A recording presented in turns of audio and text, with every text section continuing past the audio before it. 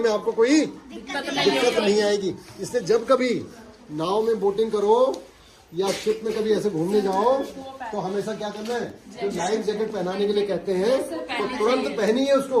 ये नहीं कि मैं नहीं पहनूंगी, पहनना चाहिए, तुरंत पहनना चाहिए। नहीं भी दे तो मांगो उससे कि मुझे लाइफ जैकेट चाहिए, मर जाऊंगी वरना। ठीक है। तो इसलिए ये चीज होती है। तो ये पढ़ने का तभी तो फायदा है ना आपको, जब आप व्यवहार में उसको ला पाए। करेक्ट। यहाँ तक क्लियर हो गया कि ये क्यों तैरी, ये क्यों तैर गया, जबकि ये लोहे का और स्टील का, ये पानी में डूब जा रहा है। ये नहीं डूब, ये तैरेगा, ये तैर रहा है, ठीक है। और कोई देखो प्लास्टिक का कोई, ये नहीं, थोड़ा वैसा देखो जो जिसमें पानी ना जाए, ऐसा कोई चीज हो ना। हाँ कैप दे दो, या प्लास्टिक का पेन होगा दे दो। देखो ये देखो देखो क्या हो रहे हैं, तैर रहे हैं, जबकि आपका ये डूब जाएगा, डूब गया। इसमें ज्यादा बस बेटा, इधर लकड़ी भी है, हो सकता है कि ना डूबे। सर वो तैरे, देखे सर ट्राई करते हैं, मन में एक आया ना कि डूब जाएगा। हाँ, ट्राई करते हैं। क्या हो रहा है, सर लकड़ी ऊपर, सर लकड़ी तैर रही है और लोहा नीचे बैठ इसलिए गया। कहते हैं डूबते को तिनके का सहारा। क्या बोलते हैं, ये बात समझ आ गई, डूबते को, ठीक है। ये पानी ऐसा लग रहा है कि नीचे खड़ा हो गया, इसमें थोड़ा पानी कम लाए, फिर कंजूसी कर दी थोड़ा पानी लाने में, किसी ने थोड़ा सा ज्यादा लिया तो ले आओ, लाए जाजे भी इसको थोड़ा सा। A body is partially or completely immersed in a fluid माने द्रव्य, then it exerts an upward force and the said force is known as buoyant force। यानी जो ऊपर लगने वाला जो बल है उसे हम क्या कहते हैं, उत्प्लावन बल कहते हैं। और उसी उत्प्लावन बल के कारण वो हल्का महसूस हो रहा है। जी ये जहाज पे लगता है, बिल्कुल बिल्कुल, इस वजह से वो तैरता रहता है, और नहीं तो वो डूब जाएगा। बिल्कुल सही बताया बच्चे ने, वेरी गुड। अब आर्किमिडीज जो है, जिसके बाद उसने कहा था उसकी रिलेटिव डेंसिटी यानी आपेक्षिक घनत्व। घनत्व समझते हैं आप? घनत्व क्या होता है, क्या होता है घनत्व? कोई भी चीज कितनी शक्ति से बनी है, कितनी टाइट है, कितना क्या है। जैसे लोहा है, अच्छा 1 किलो रुई भारी होगी कि 1 किलो लोहा? दोनों कितने हैं? 1 किलो। किसने बोला बराबर? वेरी गुड, सुना करो ध्यान से। 1 किलो रुई और 1 किलो लोहा, कौन भारी होगा? दोनों बराबर है भाई, भारी कोई नहीं है। लेकिन चूंकि हमें दिखता है कि रुई क्या हल्की होती है, हमको लग रहा है 1 किलो रुई भी हल्की होगी। हल्की नहीं, 1 किलो रुई कितनी जगह घेरेगी और 1 किलो लोहा कितनी जगह घेरेगा? कम कौन घेरेगा? तो इसका मतलब क्या, द्रव्यमान दोनों का बराबर है, 1 किलो 1 किलो, लेकिन लोहे ने जगह कम घेरी है और रुई ने जगह ज्यादा घेरी है। इसीलिए जो जगह ज्यादा घेरेगा उसका घनत्व कम हो जाएगा। तो घनत्व क्या होता है, द्रव्यमान घनत्व क्या है? घनत्व बराबर द्रव्यमान बटा आयतन equal to density equal to mass upon volume. तो जिसका वॉल्यूम ज्यादा होगा, जिसका वॉल्यूम कम होगा, उसकी डेंसिटी इसका मतलब डेंसिटी जो आपकी है वो प्रोपोर्शनल टू क्या होती है, मास के। मास ज्यादा होगा तो डेंसिटी भी ज्यादा होगी, द्रव्यमान ज्यादा होगा तो आयतन, वॉल्यूम ज्यादा होगा तो डेंसिटी कम होगी, वॉल्यूम ज्यादा होगा तो डेंसिटी कम होगी, आयतन ज्यादा होगा तो घनत्व कम होगा, आयतन कम होगा तो घनत्व ज्यादा होगा। जैसे लोहे का आयतन क्या था, कम था, इसलिए घनत्व ज्यादा था। और रुई का आयतन ज्यादा था, रजाई पूरी भर जाती 3 किलो में, है ना, फुल जगह घेर देती। और 3 किलो लोहा को पता नहीं लगा कोने में तकिए के बराबर भी नहीं आ पाता हो, तो समझ आए? तो आयतन कम है उसका, इसलिए उसका घनत्व ज्यादा है, करेक्ट। तो इसके बाद घनत्व जैसे बोला है, यानी रिलेटिव डेंसिटी और स्पेसिफिक ग्रेविटी भी बोलते हैं उसको, स्पेसिफिक ग्रेविटी या आपेक्षिक घनत्व या स्पेसिफिक ग्रेविटी।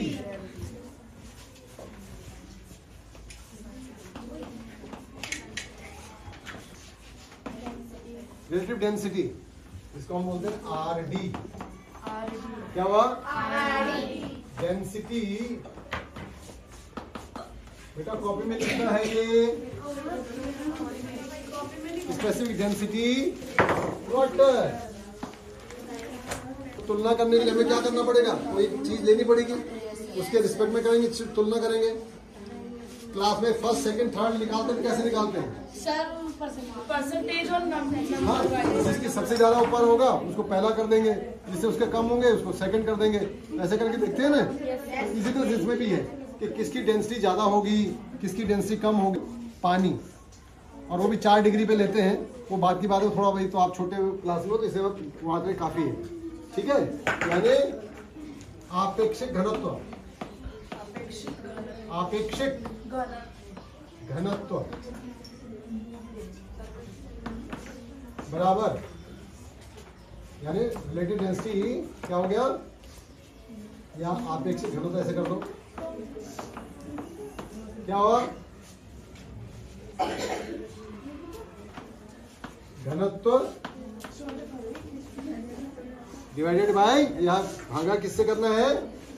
पानी का घनत्व, ठीक है। तो पानी से हम कम क्या करेंगे?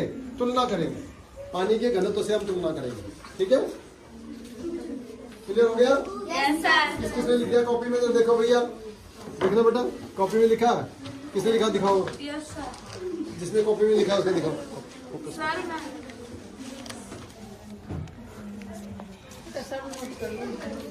क्लियर हो गया? अब हम जो है ये आपेक्षिक घनत्व निकालने का कुछ तरीके हैं, उसको करेंगे,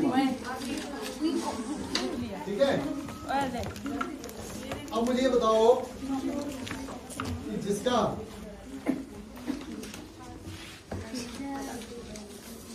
देखो बेटा क्या लिखा है, density of substance upon density of density, why कहाँ है?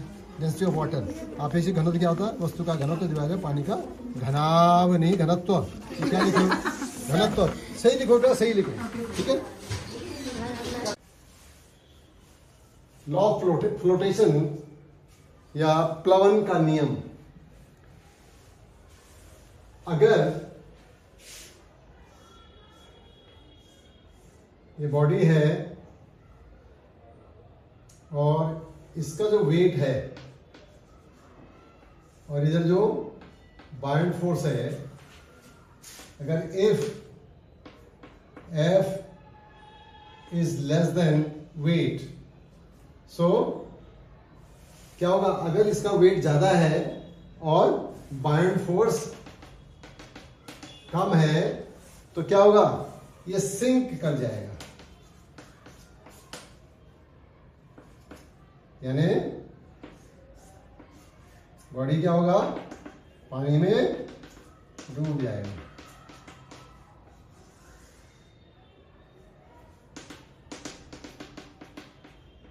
डूब जाएगा, it will sink. Second case, if weight and the buoyant force are equal, in that case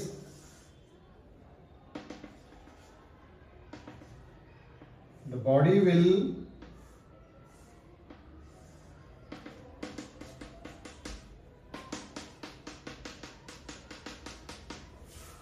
will float but immersed, float करेगा लेकिन वो पानी के तल के नीचे होगा। और केस थर्ड,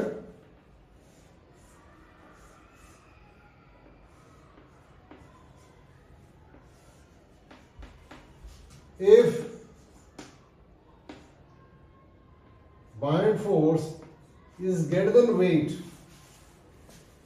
तो क्या होगा ये सोच के देखिए, क्या वो पानी से बाहर आ जाएगा? इसको सोचें और फिर पता करें कि क्या होगा. Let us see. Law of rotation. So when the weight of the body is greater than the buoyant force applied by the water, in that case, that means if F is less than W, then the body will sink and it will go to the bottom. In second case, if the buoyant force and weight are equal, if F is equal to weight W, in that case the body is going to float but submerged, or means it will be immersed. It will be within and the surface but dipped.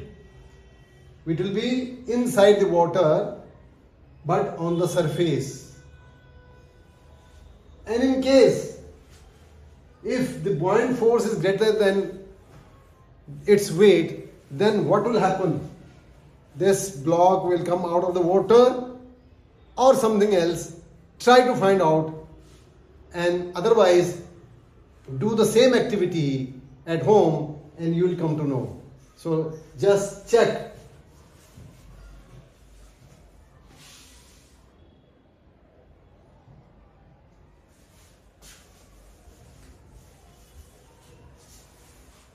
तो प्यारे बच्चों, मैंने एक question आपसे पूछा था कि जब बॉयंट फोर्स जो है वेट ऑफ द बॉडी से ज़्यादा हो जाए, तो हमने देखा था कि जो वेट इन वाटर है, आपने देखा भी था कि उसका अब जीरो हो जाता है. तो weight in water of the body become zero. इसका मतलब ये नहीं कि वो वहाँ से छलांग मार के बाहर आ जाएगा. इसका मतलब it will float but partially immersed.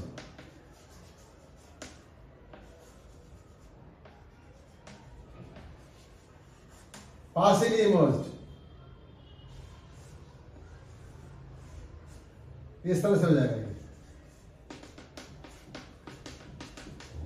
It will float but partially immersed.